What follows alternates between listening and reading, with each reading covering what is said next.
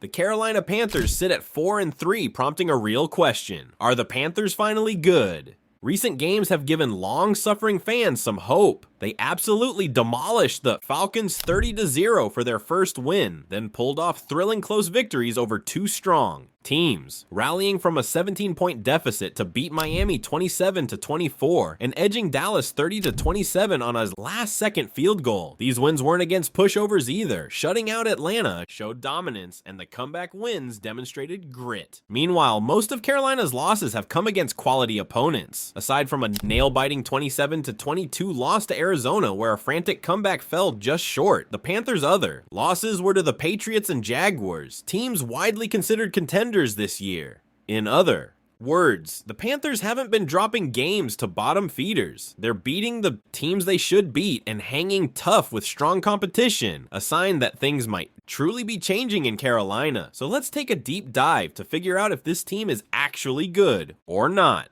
The most obvious place to start is with Bryce Young, the franchise quarterback in his third season. Early in 2025, Young looked shaky. He turned the ball over 5 times in the first 2 games, including 3 giveaways and a Week 1 loss to Jacksonville. Slow starts were an unfortunate trend, but in recent weeks, Young has settled in and improved noticeably. Look at his performances in those exciting wins. Against Miami, Young shook off too early. Turnovers to complete 19 of 30 passes for 198 yards and 2 touchdowns, including a go-ahead score in the final 2 minutes. And against Dallas, he was an efficient 17 for 25 for 199 yards and 3 TDs, guiding a game-winning drive in crunch time. Even versus Arizona, he piled up a career-high 328 passing yards and 3 TDS, trying to lead a comeback. In fact, Young's greatest skill might be his clutch gene. In his young career, 8 of his 9 wins have come on fourth quarter game-winning drives that he led. The only question now is whether he'll be healthy enough to keep building on that momentum. Young went down late in the Jets game, and his availability for the Bills clash is suddenly in doubt. Just when he looked ready to take off, the football gods might be testing him again. However, it's not just the quarterback. The Panthers' offense around Young has been evolving, too. Let's talk about the supporting cast, starting with a potential star wideout emerging in Charlotte. Tetairoa McMillan has looked elite, especially for a rookie. The Panthers grabbed McMillan with the number 8 overall pick in the draft, and he's already validating the choice. Through 6 games, McMillan has 27 catches for 380 yards, which is second among all NFL rookies. Hyatt was oddly missing from the end zone early on. Despite leading the team in receiving, he had 0 touchdowns in the first 5 weeks, but in week 6 against Dallas, McMillan broke through with his first 2 career TDS, scoring from 19 and 2 yards out. Beyond the rookie, the rest of the receiving core has been a mixed bag. Xavier Legette has been a bit disappointing so far. He had only 8 receiving yards total in the season's first month, struggling to carve out a role. But there are signs of life. Legette came back from a hamstring injury in week 5 and immediately caught a 7-yard touchdown on what Young called a trust throw into the end zone, and he just had an amazing game against the Jets. And keep an eye on Jalen Coker, a tall second-year receiver who just returned from a preseason injury. His return adds depth and another target for Young on vertical shots and red zone fades. One of the biggest developments for Carolina's offense has been the unlocking of a 2-headed monster in the backfield. Rico Dowdle and Chuba Hubbard form a bruising, complementary running back duo, and we only recently saw their full potential. Hubbard opened the year as the starter, but an injury sidelined him in early October. In stepped Dowdle, and he has been nothing short of a revelation. A former Cowboys backup, Dowdle exploded in week 5 with 206 rushing yards and a touchdown against Miami. He followed that by torching his old team Dallas for 239 yards from scrimmage in week 6. In fact, Dowdle topped 200 scrimmage yards in back-to-back games, something only a handful of NFL players have done in the last 20 years. With Hubbard's balance and Dowdle's power, Carolina has a thunder and lightning combo that can wear defenses down. If the Panthers commit to a run-heavy approach with these two, it takes pressure off Bryce Young and gives the offense an identity. Crucially, Carolina's offensive line is empowering this newfound run game and protecting Young thanks to impressive depth and coaching. This O-line has endured an absurd run of injuries, yet it keeps on ticking. The improvements aren't just on offense. Defensively, the 2025 Panthers are a totally different beast compared to the disaster of 2024. Last year, Carolina's defense was infamously bad. They allowed more points and yards than any team in NFL history, thanks in large part to injuries and a porous run defense. Fast forward to now, and what a turnaround. Through 6 games, the Panthers are giving up a little over 100 rush yards per game. That's a massive improvement of more than 70 yards fewer per game on the ground. After a rough week 1, the defense buckled down and has held 3 of the last 5 opponents under 100 rushing yards. In their back-to-back wins, they gave up only 19 rushing yards to Miami and 31 to Dallas, just 50 yards, combined in 2 weeks.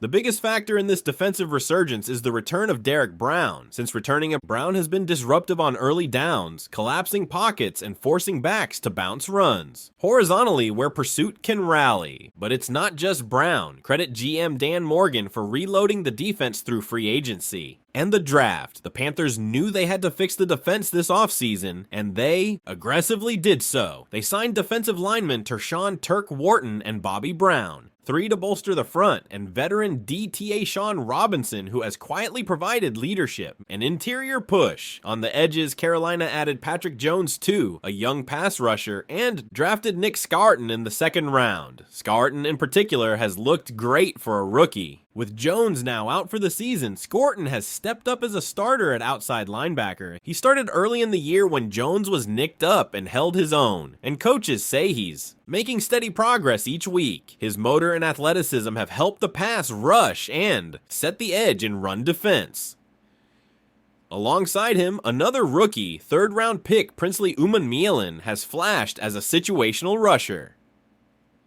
This youth injection has given Carolina a lot.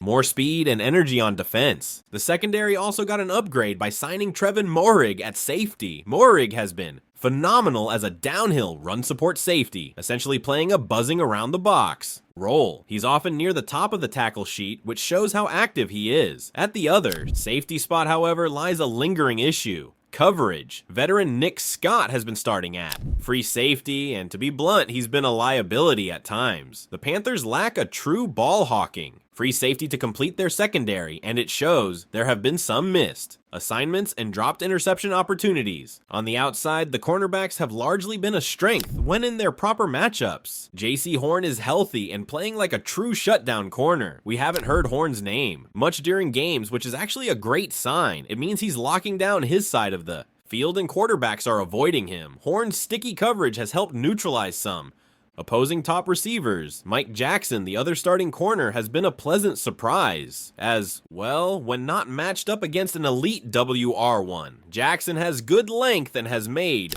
plays in most games. He's been solid across from Horn. However, when the Cowboys came to town with George Pickens, Jackson struggled. Pickens went off for a career-high 168 yards and a touchdown, repeatedly getting open, especially when Horn wasn't shadowing him. That exposed a reality. Against teams with multiple high-end receivers, Carolina's CB2 can be targeted. Fortunately, not every team has a George Pickens, and Horn can often take the toughest assignment, but it's something to watch. Defensive coordinator Ejiro Evero might need to roll more safety help to Jackson's side in those matchups. All told, though, this defense is light years better than last year's. The return of a dominant Derrick Brown, the influx of young talent, and the addition of playmakers like Moehrig have turned an all-time bad unit into a respectable, at times very good defense. They even notched the franchise's first shutout since 2020 with that 30-0 win over Atlanta. You can see the confidence growing. In 2024, the Panthers defense hoped not to lose games. In 2025, they are starting to believe they can win games for the team. As encouraging as all this sounds, it's understandable that Panthers fans and NFL analysts remain a bit skeptical. After all, this franchise hasn't had a winning season since 2017 and has burned through multiple rebuilds. So what are the potential pitfalls and question marks about Carolina's 2025 squad?